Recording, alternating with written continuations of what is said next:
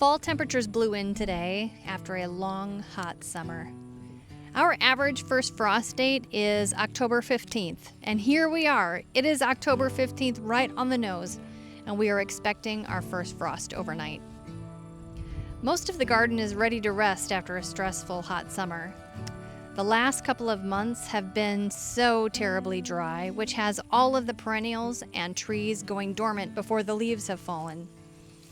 But there are still some garden veggies waiting to be harvested and herbs ready to be gathered before the frost comes to officially end the gardening season for us. We know ourselves very well that if it weren't for God's perfect timing with the seasons, we would never slow down, and we'd continue gardening and growing and preserving without the rest that we need by this time of year. He encourages us to sleep a little later in the mornings by having the sun rise later. He encourages us to slow down earlier in the evenings as it gets dark earlier and earlier. We can resist the change in the seasons by putting on headlamps and working into the darkness. But it seems like our bodies naturally want to slow down and rest. The harvest is over, and now it's time to enjoy the fruits of our labor throughout the fall and winter.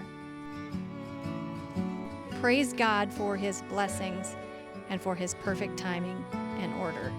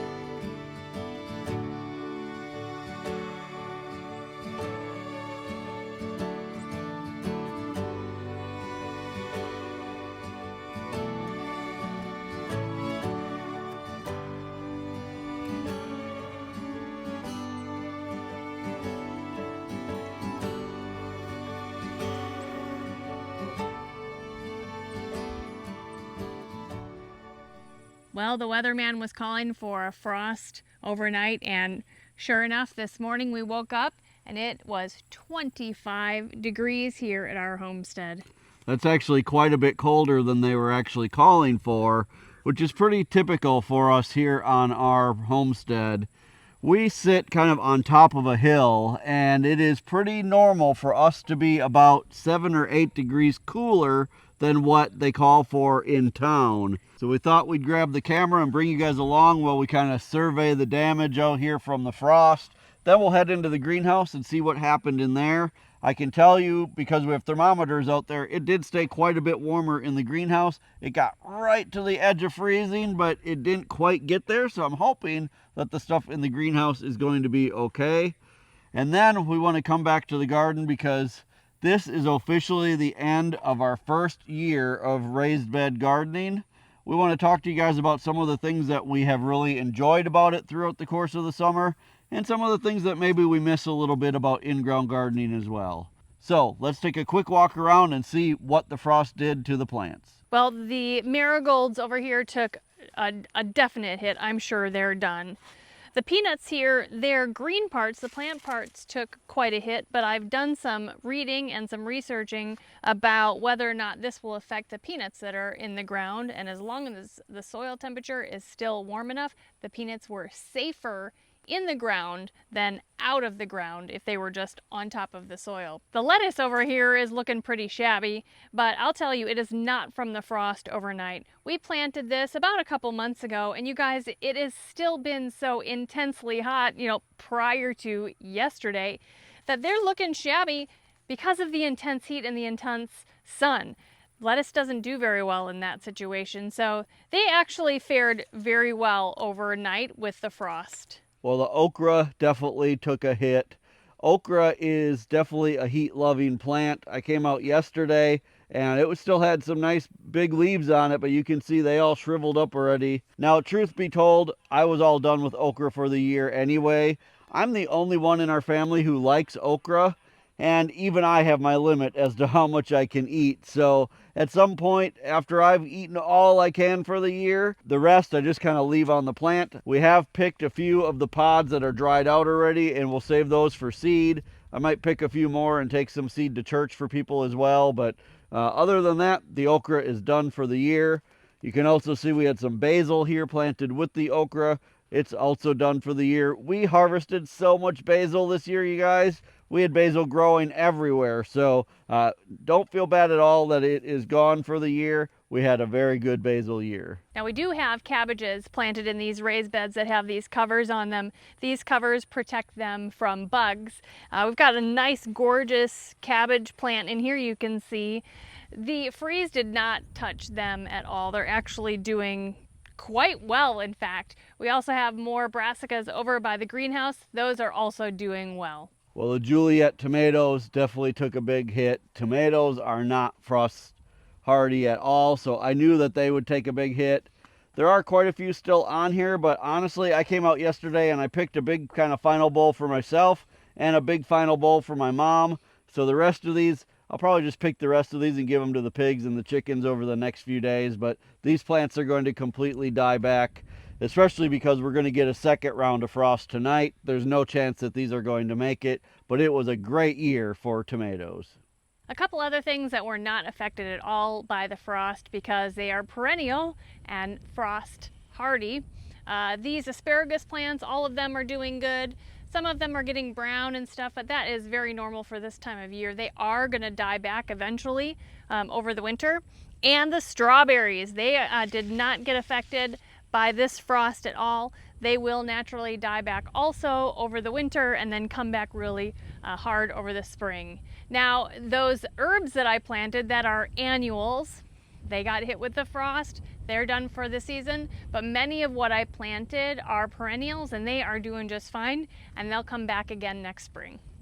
Now, surprisingly, the plants here in the greenhouse had very little damage because of the frost. When we woke up, the temperature in here was just above freezing. I'm sure it actually dipped to freezing, but because we had the flow fans on and because there is so much heat coming out of the ground, out of the soil from the pots, it doesn't look like any of the plants took a hit from the frost. Now, the plants in here are not looking very good because it's the end of the season and it's been so dreadfully hot, but the frost did not take any of the plants. And that really is the beauty of having a greenhouse that can help you extend the seasons one direction or the other. The natural heat that's in the soil and in the pots and everything will keep this environment warm. The flow fans will keep the frost from settling on the leaves. In the dead of the winter, you're not going to be able to keep this unheated greenhouse from freezing because over time, the soil temperature in here and the soil temperature in the buckets is going to decrease. But it really is a wonderful way to extend your season, especially in the fall. I was surprised that even some of these pepper plants that I would have considered more frost sensitive have seemed to do okay. Now we're supposed to get a second frost tonight, so we'll see if they do okay again tonight. But you know, this greenhouse, which by the way we got from a company called Grower Solutions, growersolutions.com. You've heard us talk about them before, but they really do extend your season on both ends. You can start plants earlier in the spring and you can keep them going later in the fall. So it's really been a blessing to have. So you can see the ghost peppers, the habaneros, the cayenne, they're all still doing okay. We've harvested everything we want off of these and we've offered them to a lot of different people and pretty much everybody's taken what they want at this point. We may still grab a few if they make it through the frost again tonight, but in general, we're done with peppers for the year. I wanted to show you guys as well though, this right here. Look at this huge garden spider down here. I actually found him out in the yard a few days ago in this pot, so I moved this pot in here so he could live in the greenhouse. Hopefully lay some eggs in here, and next year we'll have a good population of garden spiders. They're big and nasty looking, but they're really good to have around. Well, I would say all in all, the frost damage was just about what we expected it would be. And, you know, we used to really try to fight kind of that end of the year frost, and we'd do everything in our power to keep the plants coming through it, but the longer we're doing this, the more we just really look at it as a sign from God to say, you know what? It's time for the next season. It's time for gardening season to be over with, and it's just kind of the natural progression into fall and winter. Absolutely.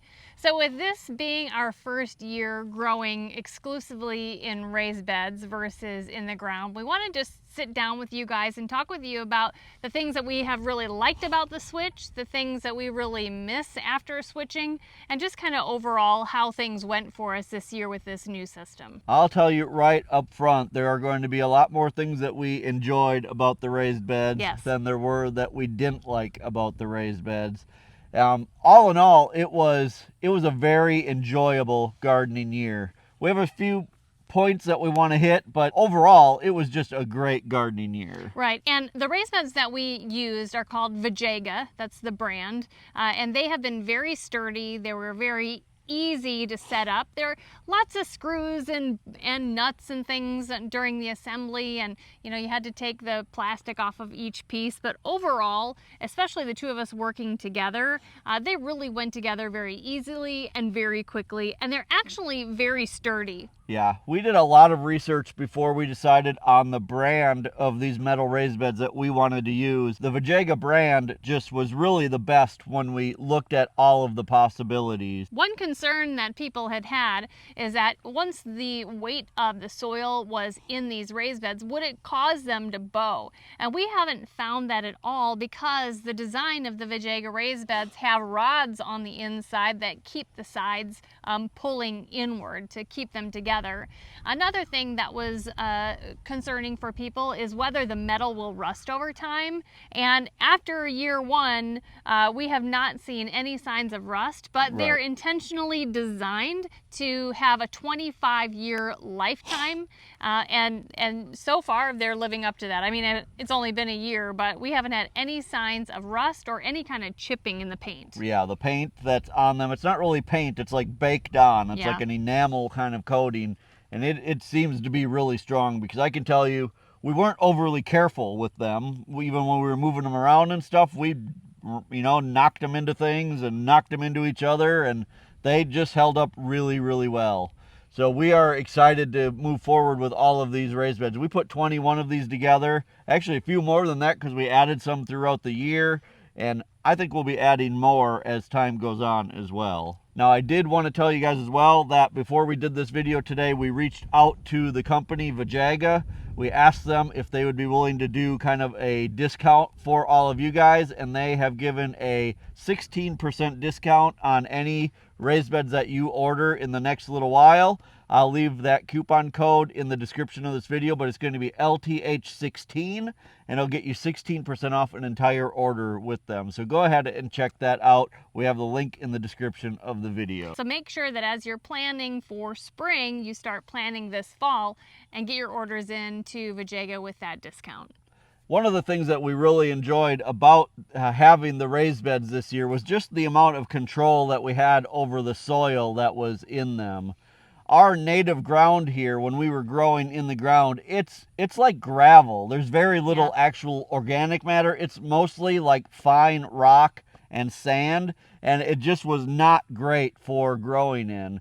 But with these raised beds, we were able to fill these with organic compost, and all in all, that has proven to be a very smart choice, other than a few little problems that we had early on in the season. Now, we bought the compost last fall, and we intentionally did that so we could fill all of these raised beds and allow them to finish composting over the winter. We thought it would be a perfect thing to do. Come to find out, the compost was so new and was so young. It wasn't still hot, but it wasn't mature enough for the nutrients to be bioavailable to the plants this year. And so our plants struggled initially. They came back really strong after we fertilized, but we know that going forward, as we amend with other organic matter, that these raised beds full of the compost are going to do really well. But that was one setback, but it was completely our fault.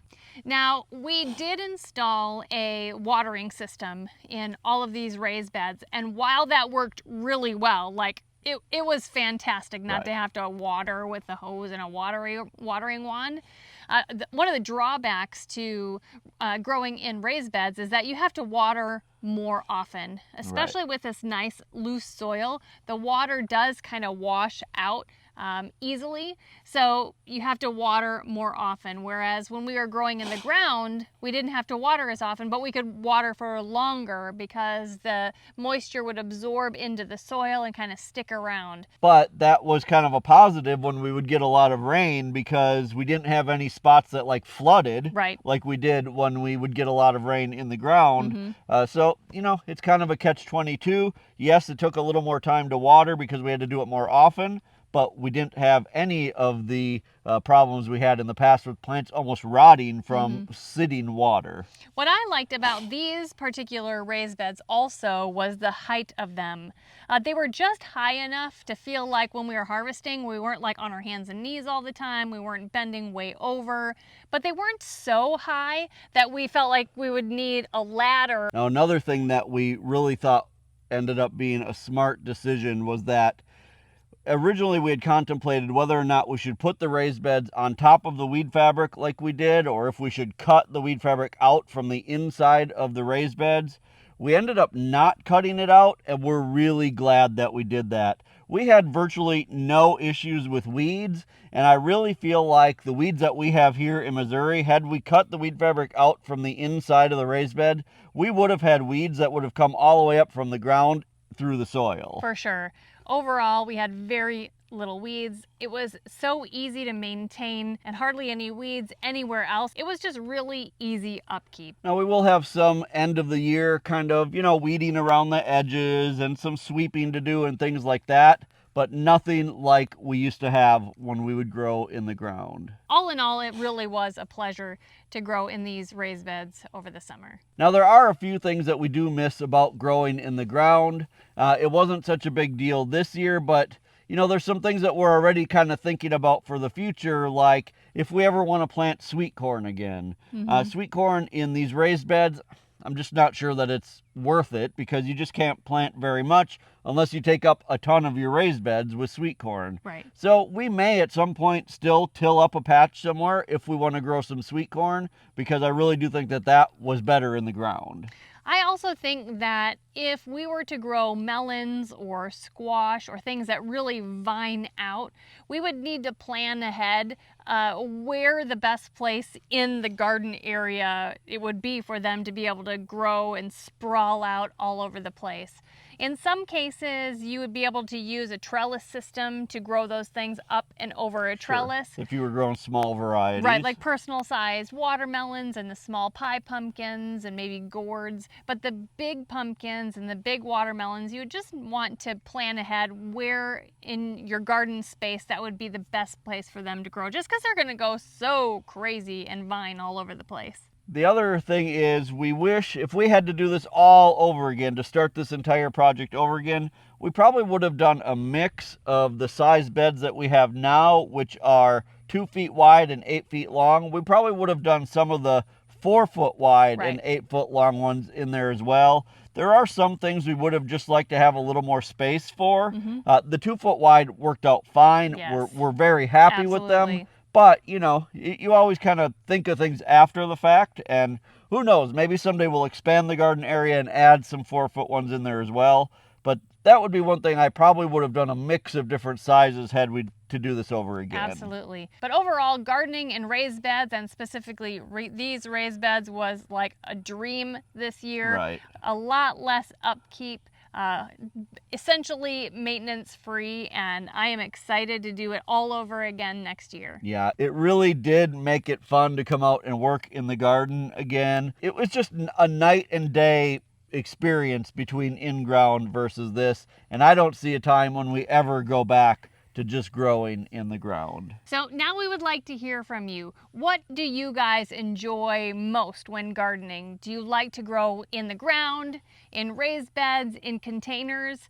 What do you like the best and why? We are always looking for ways to improve what we do here on the homestead to make things more efficient and just more enjoyable. And so we always look for your comments. We appreciate when you guys give us advice, and we always take that into consideration when we're planning things for the following year. If you guys enjoyed this video and would like to replay some of those videos that we did throughout the gardening season where we built these raised beds and created the watering system and filled them all, go ahead and check out this playlist where we have all of our videos from the gardening season of 2024. Until next time, thank you so much for stopping by our homestead.